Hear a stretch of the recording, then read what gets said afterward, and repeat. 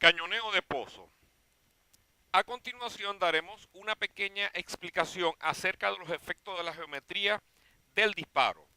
En primer lugar, hablaremos acerca de la fase de disparo en cuanto a fracturamiento hidráulico se refiere. En el caso de conocerse el plano de fractura, se sugiere cañonear con un ángulo de fase equivalente a 180 grados.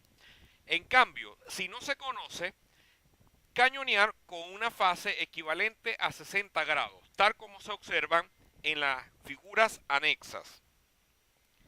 En cuanto a la densidad de disparo, debemos mencionar que el caudal más alto es obtenido con la mayor densidad de disparo.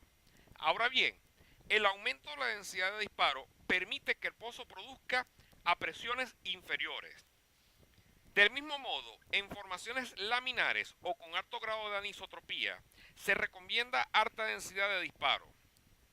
Asimismo, en formaciones naturalmente fracturadas, se sugiere alta densidad de tiro, con la finalidad de intersectar mayor número de fracturas. Del mismo modo, en cuanto a penetración se refiere, debemos decir que el caudal más alto o más elevado es obtenido con la mayor longitud de disparo. Igualmente, las perforaciones deben atravesar el daño producido durante la perforación. E inclusive, la penetración del disparo es función de la resistencia compresiva de la roca.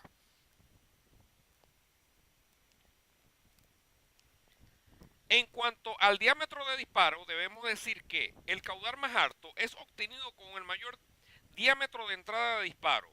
Ahora bien, para empaques con grava se requieren diámetros de entradas más grandes, así como se refleja en la imagen anexa. En este caso estamos hablando de cargas de alta penetración y cargas del tipo Big Hole, que desarrollaremos más adelante.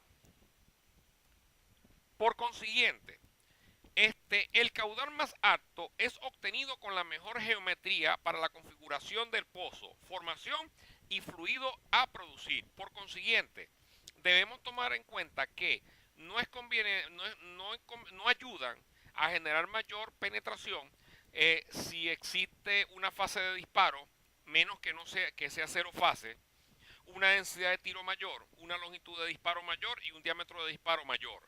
Todo eso, vuelvo y repito, va en función de la mejor geometría que se adapte a las condiciones de cada pozo en particular. Del mismo modo, existe una serie de factores que afectan la eficiencia del cañoneo.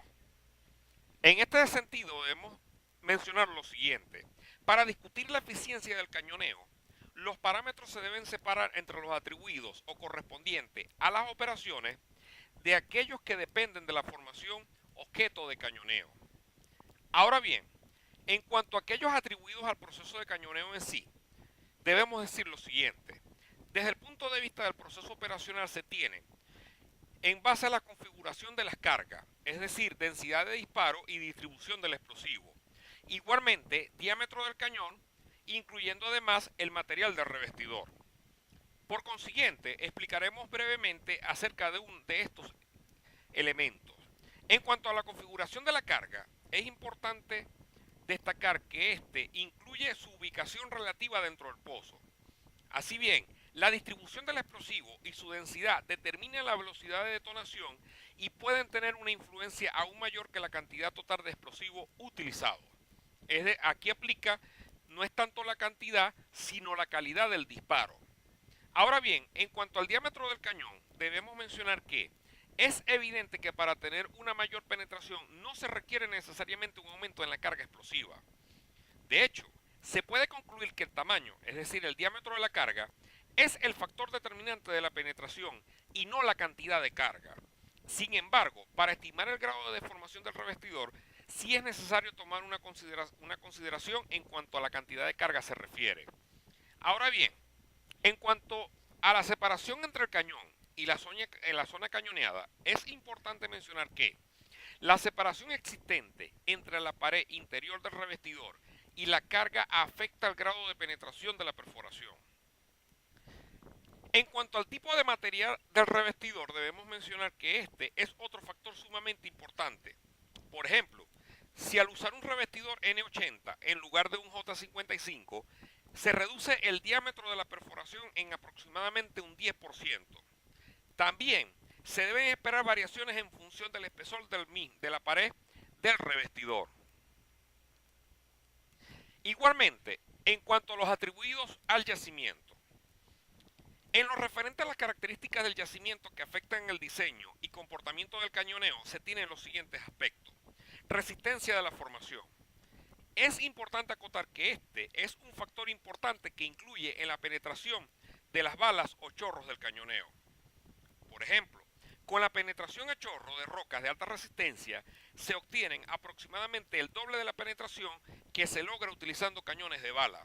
En cambio, en rocas de baja resistencia, es decir, con esfuerzos de compresión menores de 6000 psi, el uso de bala es más efectivo.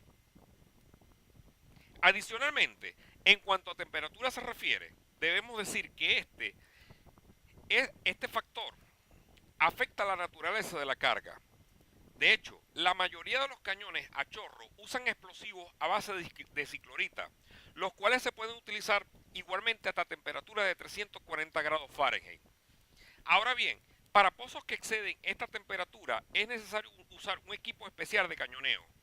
De igual manera, es posible dañar el pozo si no se utiliza el equipo especial cuando su temperatura exceda este valor. Del mismo modo, la mayoría de los cañones desechables que existen actualmente en el mercado no deben utilizarse en pozos de alta temperatura sobre los 300 grados Fahrenheit. En cuanto a temperaturas altas, debemos decir lo siguiente. El efecto negativo de un ambiente de alta temperatura en un proceso de cañoneo se puede resumir en las siguientes observaciones. A medida que aumenta la temperatura, aumenta la posibilidad de tener explosiones espontáneas. Por consiguiente, los cañones de alta temperatura producen, por lo general, una penetración menor que las convencionales. Del mismo modo, los cañones de alta temperatura son usualmente mucho más costosos y no permiten una selección muy amplia en cuanto a carga se refiere. Ahora bien, en cuanto a la temperatura baja, debemos decir que cuando se opera un cañón de baja temperatura, cercano a su límite máximo de temperatura, es necesario tomar las siguientes precauciones. Por ejemplo, circular el pozo con fluidos de baja temperatura para disminuir esta en el fondo del pozo.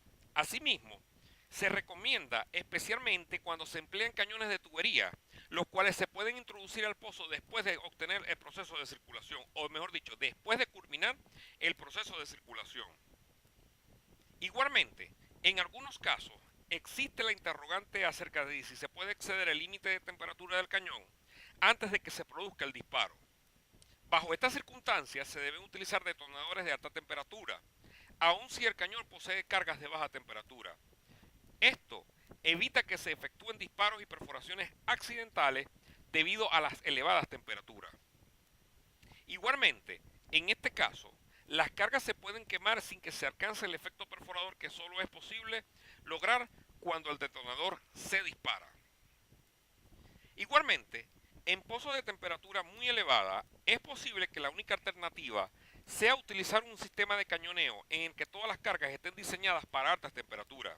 Sin embargo, aún en este caso, lo importante es el detonador de la temperatura, ya que si este no se dispara, el resto de las cargas pueden no lograr el efecto de perforación o pulsación que se desee.